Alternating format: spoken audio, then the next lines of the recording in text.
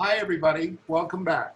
My name is Jeffrey Carr, and I am a almost 40-year disciple of a spiritual teacher named Gururaj Ananda Yogi. And he was one of the Indian teachers that came to the West in the 70s and 80s. And what I've been doing once a month is reading one of his satsangs. A satsang means a gathering together in the presence of truth. And he would give these satsangs on meetings, retreats that we would go to, and he would give several of them a day. And the miracle was that they were spontaneous. He would make them up on the spot from a question from the audience. They were always amazingly coherent, although he loved to tell wild jokes and sometimes non sequiturs and wordplay. So what I've done is I've taken these verbatim transcripts and I've edited them lightly, but kept them fairly intact. And that was a long time ago. And those of us who were his disciples were a lot younger then, and we were starting families. And a lot of us sort of thought we knew what he was talking about. But of course, as we've grown older, and in my case, I've pursued many different spiritual disciplines, and I've been a very active meditator all these years, and boy, do I know a lot more about meditation.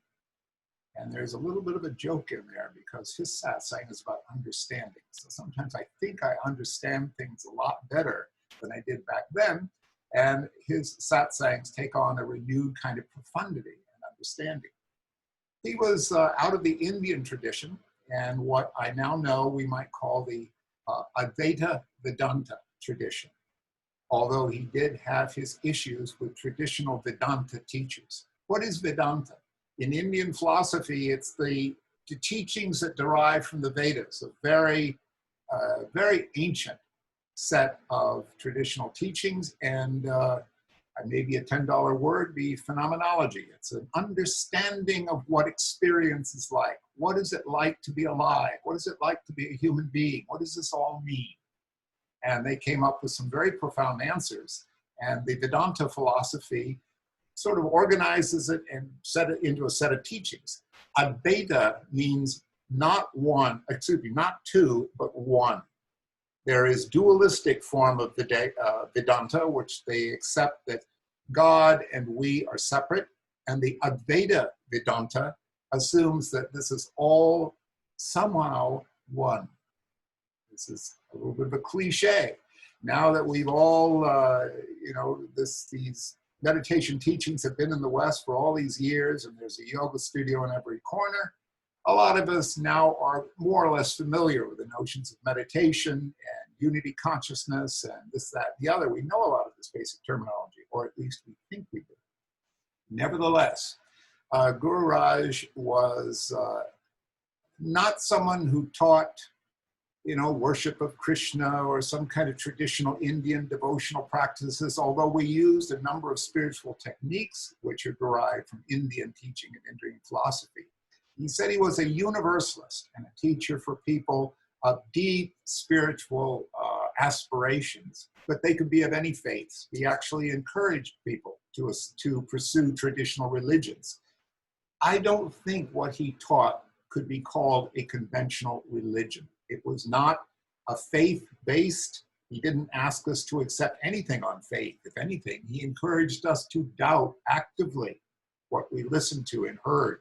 We were to find out for ourselves what the truths that he was telling us. What are those truths about? What does it mean that we're all one, for example? What does love mean? What are these big questions? What is this? And he encouraged us to doubt, to listen, and to pursue our own lines of inquiry, and wherever they may take us.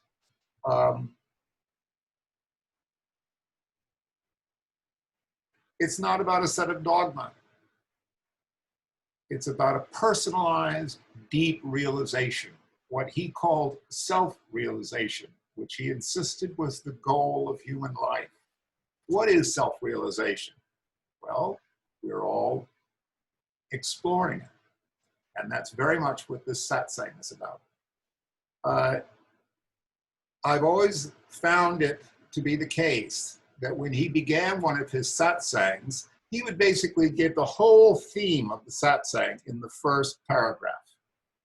And as I like to joke, a traditional understanding in the Eastern teachings in Buddhism and in Hinduism is that a teacher frequently will simply give it wordlessly, without even saying anything. And occasionally one of the disciples wanted to understand and perhaps nod in response. There's a very, very famous story of the Buddha, where all he did one day for one of his discourses was simply hold up a flower.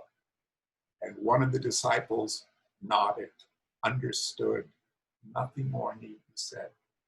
But for most of us, we need more explanation. So the tradition has it, the Guru will often say it very succinctly, very directly. Sometimes we get it, most of the time we don't. And you know what? We all need to hear it over and over and over again. We often need to, quote, get it over and over again. We need to get it on deeper and deeper levels. And then, of course, for the people of more limited understanding, they would give a great deal of explanation. And Gururaj was good at that. He would give us a great deal of illustration, using stories, using analogies, using traditional philosophical concepts. But as I said, way back in the day, a lot of us thought we knew what he was talking about. We didn't really. And I think he gains his profundity remarkably as time goes by. So this is a short satsang. He gave it in 1985. It was response to, as I said, one of the questions from the audience. By the way, in our tradition, chela means a disciple. It's a traditional Indian term for a disciple. So somebody asked him basically a seemingly simple but a very profound question. Why do we need to understand things? Why are we always trying to understand stuff? And why? You know, what is this hunger in human beings? For example, I think animals are quite intelligent. Whenever my cats want to get fed, they come up to me and let me know. They meow at me until I figure out, oh, they need food. And they go back and eat. But they don't sit and try to figure out who I am or what they are, as far as I know. They're not philosophers. They're very practical. They're just cats. We human beings are endlessly like, what's going to happen in the election? Why did this happen to me? Who am I? Why can't I be happy? We're always trying to understand stuff. Gururaj addresses this very directly. So this is what he says.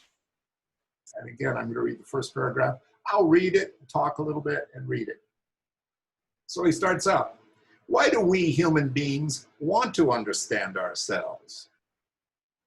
The reason why human beings want to understand themselves is because unconsciously they feel themselves to be ignorant. They feel they dwell in nescience. He's given the whole thing in the first two sentences. Nescience is a word I've come across several times in Vedanta teachings.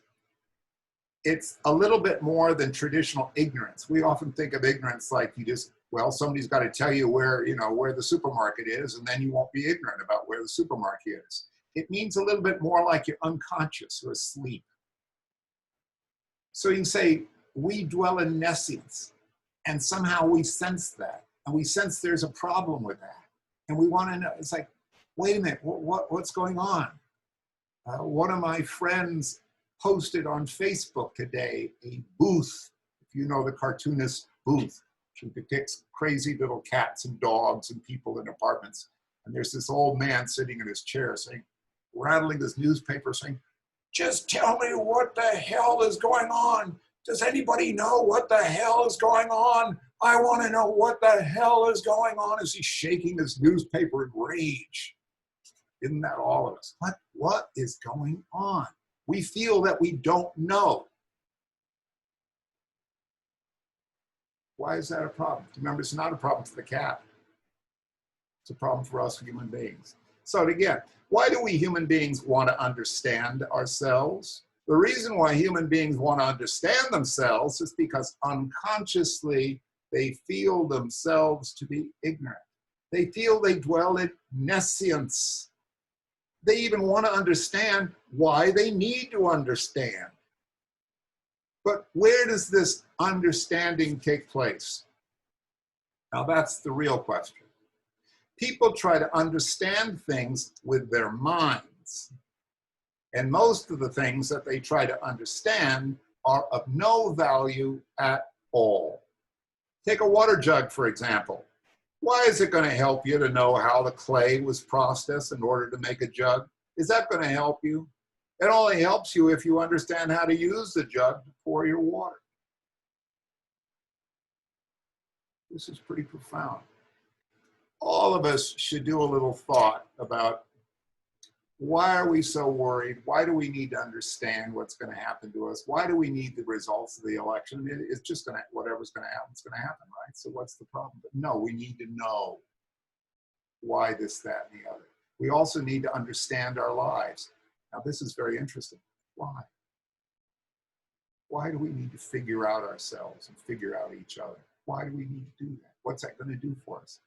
He's basically saying, if you try to understand something like how a water jug was made or why your life works the way it does, is that going to change anything? All you really need to do is just know how to use the jug. You just need to know how to live your life. You don't need to know why. Anyway, first paragraph, he goes on.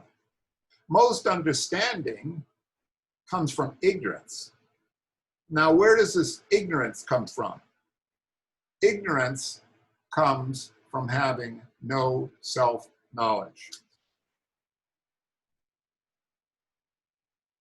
Very interesting. Most of us assume that ignorance means that we don't know enough stuff about the world out there. We don't know how the car works. We don't know how the banking system works. We don't know how the political process works. We don't know why everything's so screwed up. We don't know why all the climate change. We figured we don't know. He's saying no. He's saying ignorance actually is just a lack of self-knowledge. Now he's getting into his thesis, his central point. When a person doesn't know himself, then conflicts are created. If a person wants to understand himself, he has to get rid of these conflicts. Very interesting. If a person wants to understand yourself, you've got to get rid of your conflicts. There are two opposing forces, expansion and contraction, that create ignorance. What does he mean by expansion and contraction? I want this, I want this, I want this, or I love you, I need this, give me more food, give me more money, give me more love, give me more safety. No. That's expansion. Contraction is, oh, don't hurt me. I'm so scared. What's going to happen? Don't let it happen. Don't let him get me. That's contraction. Reaching, grasping, desire, and fear, contraction. That's what he means. So he said, this is the source of all our conflicts. Stuff we want, things we don't want. That's everything in life. That's what's bugging us. Think about it. Really. Otherwise, it was like we don't care. We only care if we want it or if we don't want it. No. That's the only time we get upset. So the two opposing forces, expansion and contraction, create our ignorance. We try hard to get rid of ignorance because we want to find happiness. That's why we want to understand ourselves. Now, this is very interesting. So he's talking about one way we try to understand ourselves. Gee, if I see my therapist enough and I find out why I'm having all these conflicts, these inner conflicts, oh, it's my parents. If I figure out why my parents upset me so much, blah, blah, blah, blah, blah, blah, blah, then I will be happy. So we think we're going to get our happiness by understanding, getting more information. Most of the time, the lack of understanding is projected to things outside of us. So, for example, let's say your uncle doesn't love you. Now, you want to understand why your uncle doesn't love you, because you feel inside of yourself that he should love you. So you think there must be something wrong with you. That's why your uncle doesn't love you. So you try to understand yourself in this matter. God, there's infinite amount of this junk we have going on inside of us. Why am I so poor? It's because people didn't let me get this big job. Why didn't they give me this job? Because I'm too stupid. Gee, if I weren't so stupid, then I would be happy. We endlessly come up with this stuff. Gururaj is saying this is conventional way we try to understand the world to make ourselves happy. But the greatest understanding is to understand oneself, an understanding in which everything else is understood. As the Upanishads say, what is that? By the knowing of which all else is known. I'm very familiar with this phrase. In fact, Gururaj has said it before in satsangs. What is that, the knowing of which all else is known?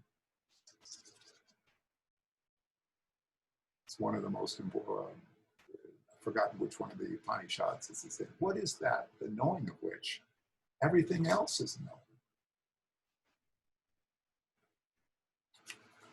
So the greatest understanding is to understand oneself. It's an understanding in which everything else is understood.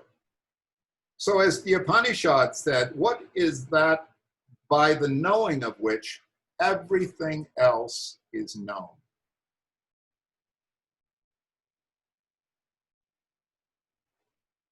So the main duty or goal of life is first to understand one's self. That's what I said earlier. Gururaj was insistent. I take this now. I know this to be true. The first goal of human life is to know who you really are. And this isn't about getting data. Like, where was my ancestry? Gee, you know, my great-great-great-great-great-great-grandmother came over on, you know, on the Mayflower or on a slave ship, you know. Is that going to fix it for you? Is that going to do it for you? Gee, if I just had taken that degree in electrical engineering at college, then everything would be good. You know? Where does understanding come from? It does not come from analysis, because one question just produces 3 questions, and 3 questions produce 6 questions, and then 6 produce 12. It just goes on and on. So instead of gaining understanding, you're actually lessening your understanding, because all these various questions that follow each other just create more and more confusion. But the man who understands himself is a man who is not confused. What is that, the knowing of which all else is known? The man who understands himself is the person who is not confused. He is totally fused within himself. Infused, not confused. Infused, not confused. You know that old injunction, man, know thyself. The steps to understand yourself is to dive deep within, leaving the mind apart, and to experience that innerness, which is brought to the fore of the conscious mind. Then you go beyond understanding and you land up in the land of knowing. We all know, it's almost a cliche, that our culture, in fact, most of humanity has always been completely exterior oriented. You better learn all these facts about this, that, and the other. You got to learn your profession. You better learn more about your spouse. You better figure this out. You know, outward. Fix it outward. Or take care of it outward. Outward directed. That's where I'm going to get happiness. If I just get more knowledge, that's where I'm going to be happy. What Gururaj is talking about in the spiritual journey is completely the opposite. It's all within you. It's never been separate from you ever. You have all the answers yourself. This seems, the mind literally will not accept this. It keeps saying, well, no, I better go get another empowerment. There's a great Tibetan teacher coming.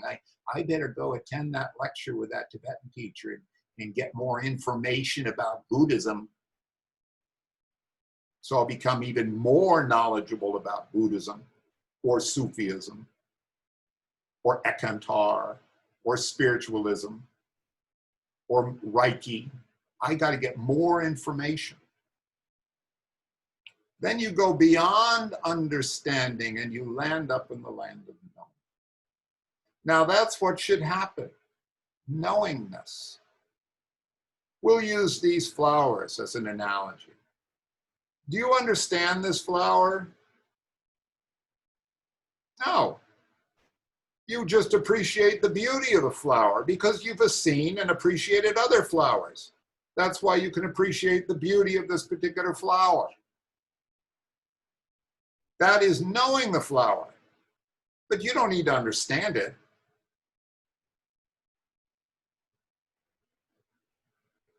You guys ever gone to a movie? I sometimes do this. And, you know, the person, while you're trying to listen to the movie, the person's explaining it. Well, that actor over there, the reason they did that is they had to set up the shot for the actor to come in from the side right there. And watch out. They're going to bring in the monster probably from the top. You just want to say, shut up. Let me watch the movie. You yourself will do it. Gee, I wonder how long this is going to last. Things seem to be going pretty well. I wonder what I need to do to keep it going so well. This person seems to like me, so maybe if I do this, that, and the other, they'll like me more. Meanwhile, it's like you're missing what's actually going on.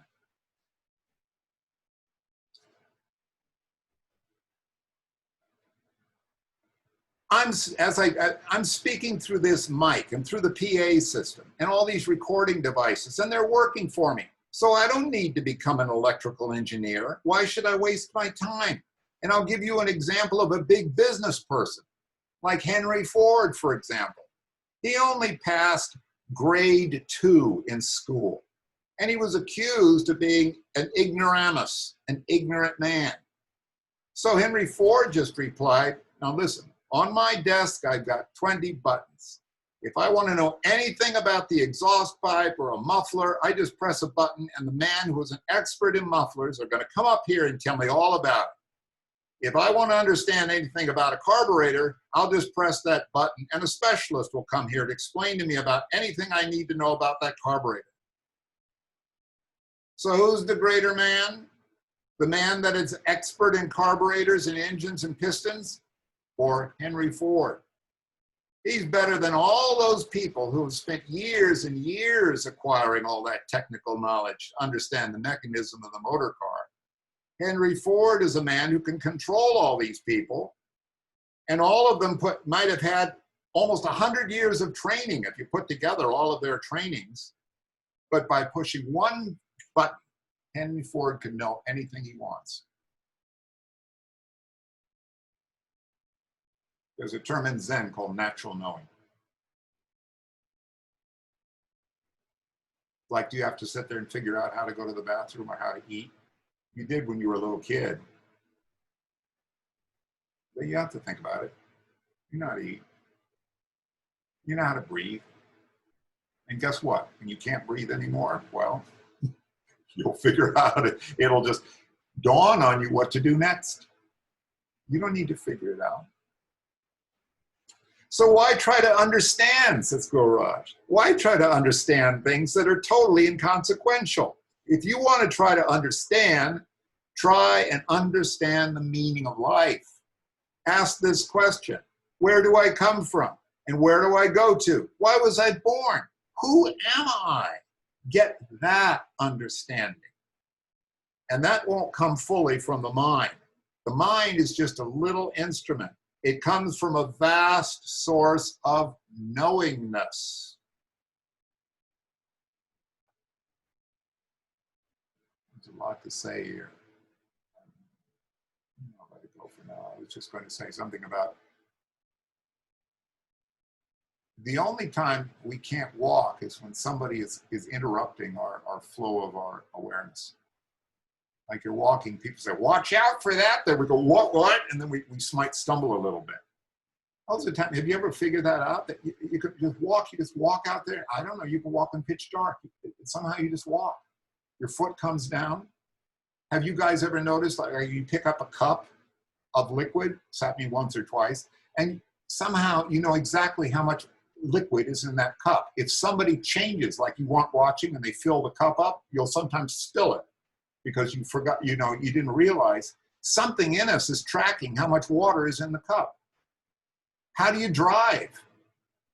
When you first learn to drive, it's kind of an effort. You don't think, you just can do it. It's like a natural knowing. You don't need to figure it out. Thank God. To return to our analogy of the motor car, if I get stuck in my car, there might just be a wire loose. So I wouldn't know how to get this car going, because the only thing I know is how to get behind the wheel and just drive it. That's all I need to know to reach from point A to point B. That kind of understanding of driving makes life perfectly practical. I don't need to study all the mechanics of the engine. I can always just go to a mechanic and get it fixed. Can't you see that? So true understanding comes first from ourselves. We understand ourselves, who we are. This comes about through our spiritual practices, where you dive deep and draw from the energy sources there. By drawing from those energy sources, you are opening more and more of those 12 billion brain cells in your head. When more and more of those brain cells are open, the more aware you become and the more you understand. The understanding of things is inconsequential. Conventional knowledge of things, it's inconsequential. Because how long is that understanding going to last you? 70 years and 10? Let's say you're an electrical engineer and you kick the bucket tomorrow. Is that knowledge of being an electrical engineer going to come with you? No, it won't. The only thing that any kind of understanding of things and surroundings can do for you is just to provide you with a living. That's all. If you understand the motor car engine, then naturally you'll always be in demand at various garages because you're a good mechanic. And if you're a bad mechanic, then you're going to find it harder to land a good job. But when you understand yourself through that knowingness drawn from within, then you will find that beautiful joy and peace. Then, even if you have a bad mechanic and you can't get a highly paid job, you will still be happy. Somebody, I can't remember where I heard this recently, was just talking about what it's like if you could just completely be okay with whatever's going on. Wouldn't that be amazing? I mean, it's most of us, we say, oh yeah, you got to surrender to it. So that means, okay, I'll put up with it.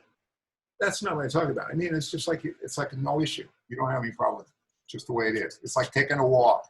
You never have to worry about, until you have to worry about being walked. There's people have trouble walking, but it's just not an issue. That's what we're after. That's what you're trying to understand.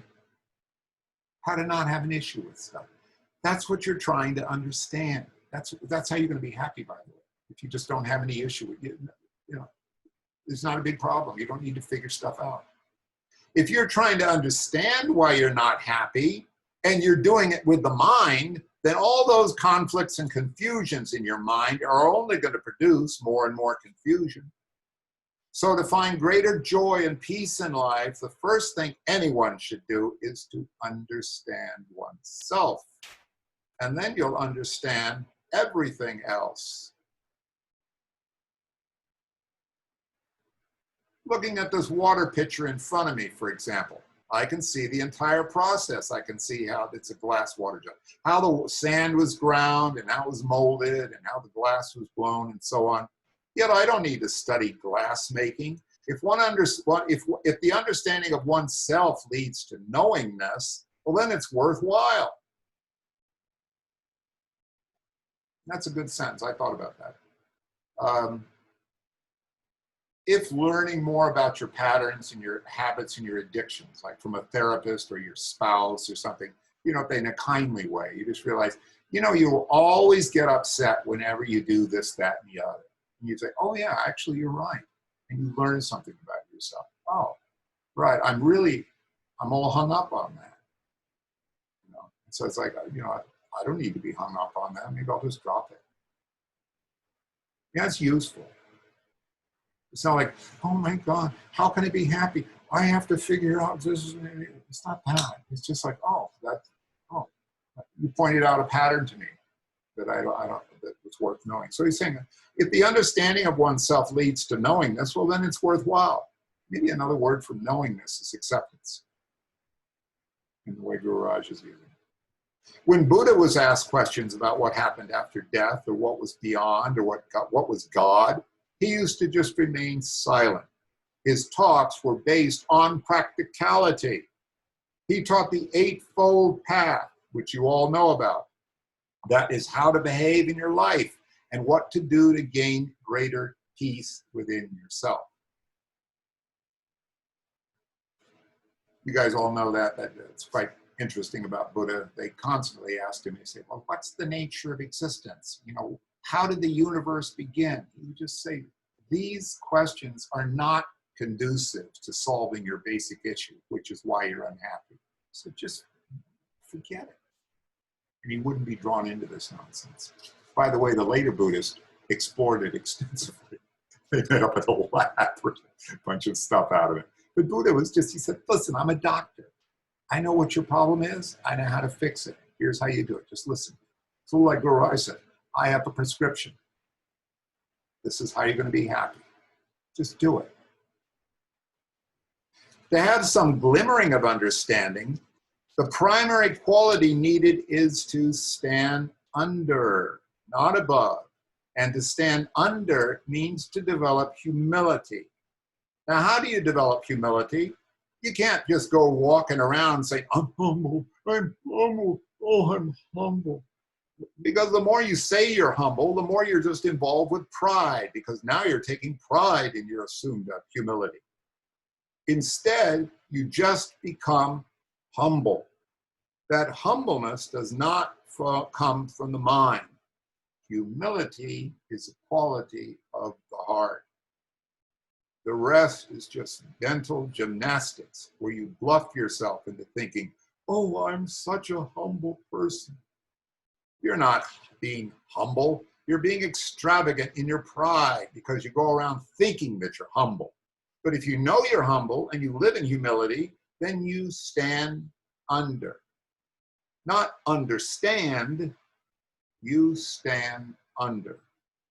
And when you stand under, all the good things of life just come to you, like kindness and sympathy and compassion and so on.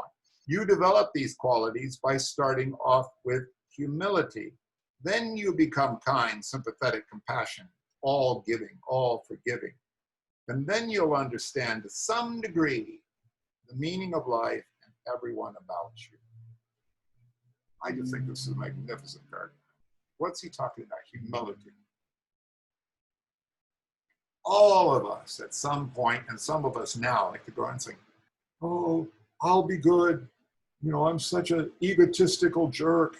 Oh, I have to be a better person. Oh, and unconsciously they're feeling really, oh, I'm such a spiritual person because I feel I'm such a shit. I'm so ignorant, Gururaj.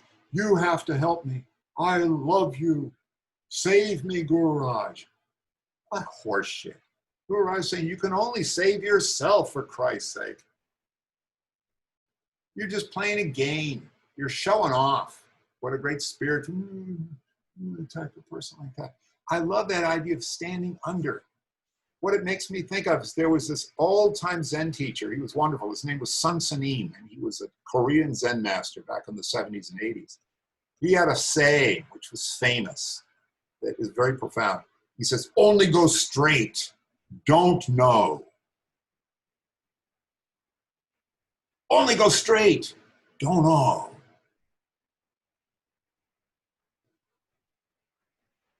Only go straight, don't know. He means just do what you're doing. Do what you got to do. Don't sit there and worry and fuss and make stuff up and stories and try to figure it out and get other people all involved in your drama. Just go to the supermarket, get what you need to get, go home, cook dinner, sit down, take care of the kids, be nice to your spouse. Just forget it. You know, just do it. Only go straight. Don't know. You don't need to know. Ramakrishna, who I just adore, he had a famous saying. He said, listen, he said, You don't need to know how many mangoes are in all the orchards and all the trees out there in the jungle. You don't need to know where the mangoes come from. Just sit down, eat your mango, and enjoy it.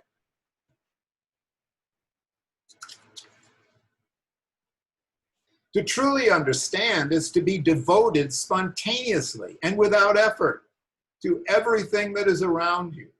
Therefore, I say, beloved Guruji, you become devoted to me just as I become devoted to you. It's a two-way street. Otherwise, understanding is a mental quality in which you want to understand how this works and how that works and so on. You don't even need to know anything about Gururaj. You don't need to know anything about spiritual teachings. Just stand under.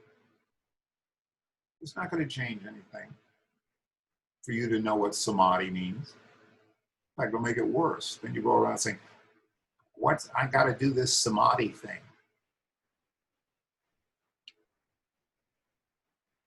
Otherwise, understanding just becomes a mental quality in which you want to understand how this works and that works and so on. What for? You don't need to understand to become an electrical engineer to have light in your house. When you want to have the light on, you just put on the switch. It's so simple. You let all those guys that know electrical engineering do all that sort of thing. That's their job. You just turn on the switch. Now, how do you turn on the switch? That's important. It's not merely a mechanical act, although it is seemingly so. You may think you're turning on that switch and that it is you that are creating that light. But are you really creating light? Even the electrical engineers don't really know what causes electricity. So actually, you don't create anything. You're creating nothing. You're just a spoke in the wheel.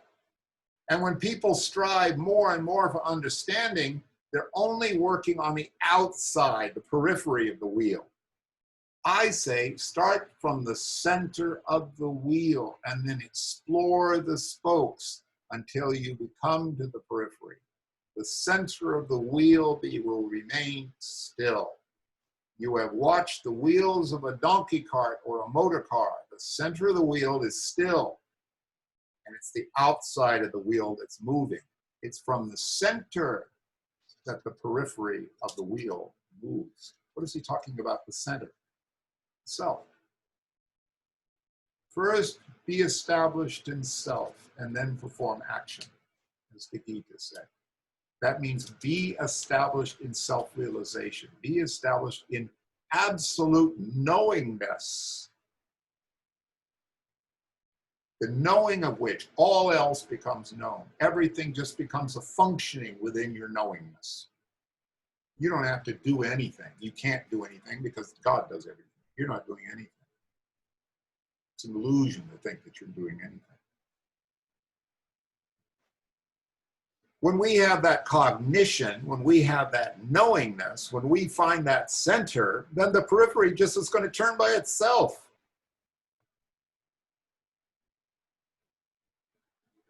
This means that from that stillness within comes all the movement outside. What most people do is to study the movement and then the motion outside, but they forget all about the pivot.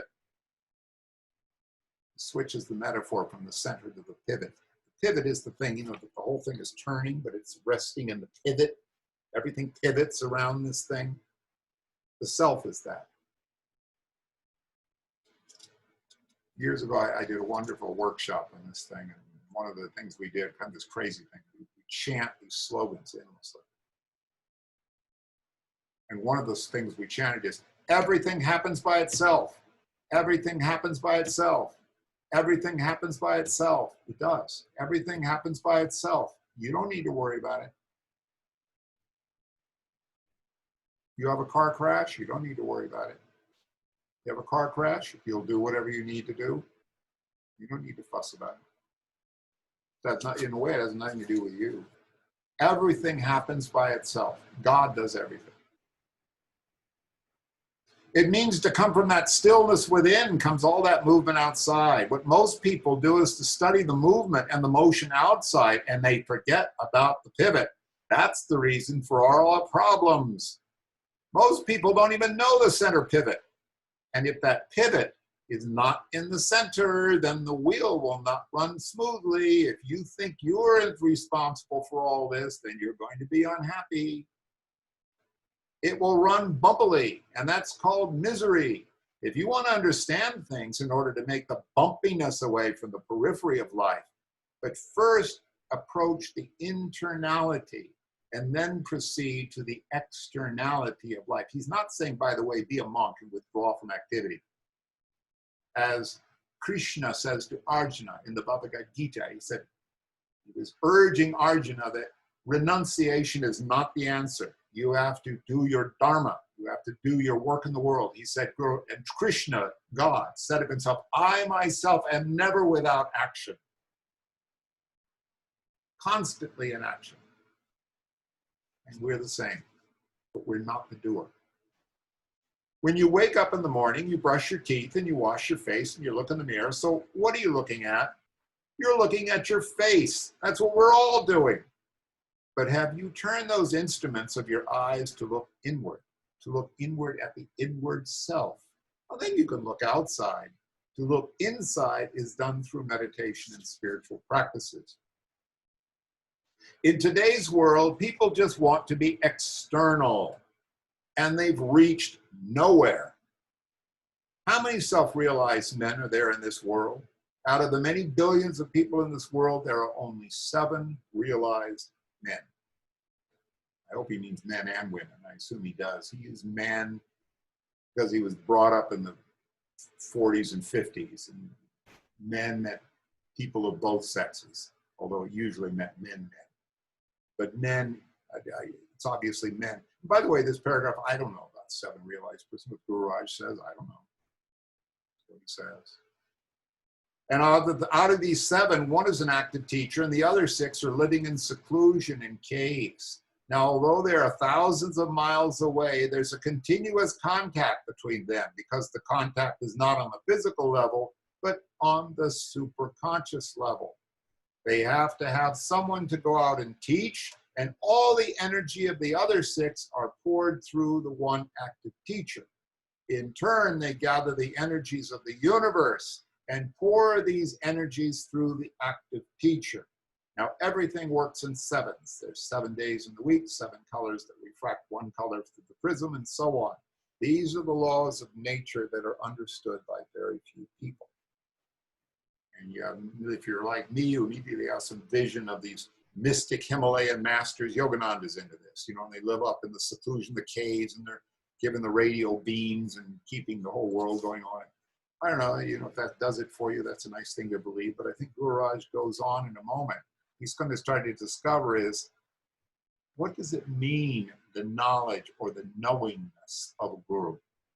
How does that infuse the entire world and all of us? What does that mean? Does that mean they have mystic, powerful energies like rays that come out of their mystic consciousness into the poor, dumb brains of us? Is that what they're talking about? Here's what he says. When that knowledge comes to you, you'll find that you connect your total inner being with the outward teacher. I'll repeat that. When that knowledge comes to you, you'll find that you connect your total inner being with the outer teacher. Note that. The outward guru is there only to awaken the internal guru within you. And then you can discard the outer guru. I used to teach this in the beginning because people couldn't understand. But now I add that now I teach that the internal guru is awakened within you. You don't discard the external guru because you actually are one with him in spirit. Then it's only oneness that exists. Then you are self-realized. The guru becomes you, and you become the guru. It's the same thing. It's not a matter of understanding. It's a matter of knowing. For example, if someone does something unpleasant, you might say, oh, I understand. I'm not going to be angry. What's the mental process here? The mental process is that you're repressing the anger, which is just going to manifest itself in some other form. It has to come out because anything that is inhibited or repressed has to express itself. But if you can respond to an unpleasant deed done to you by saying, I know that spirit within that person, and that action that they've done is just on their surface, they will come to realize that they have performed the wrong action. So I actually want my very best for them. I wish I could say that about a beloved president. I'm not that aware. The love that I pour out to him will help make him realize this and transform him. That notion of our knowingness and the knowingness of the outer guru becomes the same knowingness. In the Tibetan tradition, which I'm pretty familiar with, we talk about when the disciple's mind and the guru's mind become identical. Then there isn't an outside guru, there's just oneness. You're the guru, ultimately. You're it, you're everything. Because that knowingness, I'm going to say too much, it's impersonal. It has nothing to do with your personality. Knowingness is the ground out of which everything, you, the guru, everything else emerges, is the knowingness, the universality, the divinity. Understanding is based upon your thinking. You might think that you're sympathetic, or you might think that you're kind. Let's say that Joe robbed you of $10. So you say, oh, I understand. Let him have the $10. It's all right. By the way, you know, what's the sense of fighting? Because he's a much bigger person than me. Now you're going to go through the analysis because you're really thinking, if I start fighting him, he might send me to the hospital. This is just analysis, see? It's just a rationalization. But instead, you know that there must be some reason within that other person for needing those $10. Then you don't even rationalize it. You'll just say, okay, that's fine. I'll give you a personal example of what happened to me. By the way, that he once said, offense can be given but never taken. We all thought he had said something stupid. No, offense can be given but never taken. You're the one that takes offense. No one does anything to you. You choose to take offense at it. What he said was wickedly right on, amazing. And we just like, right, the guru must have made a mistake because they didn't say, he said something which wasn't in our limited understanding. Offense can be taken but never given. I'll give you a personal example of what happened to me. I was working late in my office on Saturday afternoon, and in Cape Town, by the time all those shoppers have gone home or to sports or the streets, everything's deserted. So there was something wrong for my car, so I had to take the bus. And walking down this lonely road, 3 hoodlums came by and they pushed me up against a wall and I went through my pockets. I had about $30 on me, which they took, and then they started running away. And as they were running away, I shouted after them, hey, you forgot my fountain pen and my watch. Please take these too. So they came back and then they gave me back the $30. Now, of course, they spoke Afrikaans. You know, he's from South Africa. Afrikaans, and they said in that language, oh, he's a very different kind of person. So that's what comes from love. And I'll give you another example. During the days I used to wander through the Himalaya mountains in the forest from guru to guru, searching and searching, I came to face with a tiger. That tiger was coming at me. So I just sat down on the path and I looked into that tiger's eyes. I didn't think, I felt. Tiger, you and I are one. The spirit in you is the same spirit in me. So you can't hurt me. What can you do to me? If you want to gobble me up, our spirits just be one, and it still remains one. So there's no real harm that's going to be done. I felt this, and I knew this, not by thinking or trying to understand what the tiger was going to do. And the tiger stopped in his tracks and slowly slinked away. and I went on my way. There was just this total identification. Really reminds me of Christ's teachings. That if somebody, somebody does you an injury, you offer them the other cheek and let them make another injury. It also reminded me a lot about Gandhi, non-violence, and Martin Luther King, not violence. When people talk of identity, what do they mean? By identity, they mean themselves. It's like having an identity card that identifies you. I'm Jack or Jane or Jones. But to me, identity assumes an altogether different meaning. To me, identity means that I am identified and at one-ment with the entire universe. This does not come from understanding, it comes from knowingness. That's the secret of life. That is self-realization. That is purity. That is unity consciousness. That is pure consciousness. Ordinary understanding is always underlined by patterns because it's just the patterns in your mind that make you understand a particular thing in a particular way. But when you move away from this and you unpattern that mind through your spiritual practices, then you don't even want to understand things. This is a key paragraph. What he means is self-realization. It's that knowingness. That's why you and the Guru are exactly the same. It's the same knowingness, and you don't identify with your personality anymore. That's not you. That's your patterns. It's somebody taught you your name. It's deeply programmed in your patterns. That's not who you are. That's just the role you play in this particular life. So understanding can also make you very judgmental. What are the standards you use to judge yourself? And more often than that, judge others. You use your own particular standard. That's only your projection. Your understanding is based on your projection of a particular person or object or person. For example, one man might find a certain woman to be very attractive, and another man might find her not to be so attractive. But that woman is the same.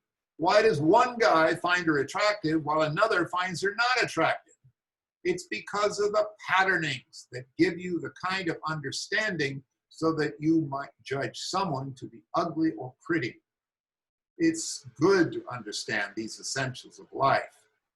When you say essentials, the root of the word essential is essence.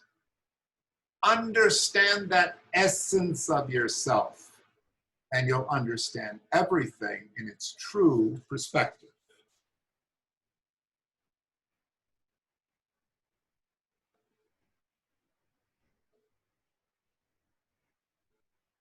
I can imagine that if I say something like, you're not who you think you are, or you're not that name, you're not that social role. By the way, you're not your problems. They're things that just happen, like the weather, like leaves on the trees, like the wind, like the cat walking in. That's your problems. It's just all patterns. They're just all projections of the inner self. The real you is the knowingness. That, the knowing, what is that? The knowing of which all else is known. Knowingness itself, awareness itself, consciousness itself. Brahmasmi. Thou art Brahman. You are that. You are divine.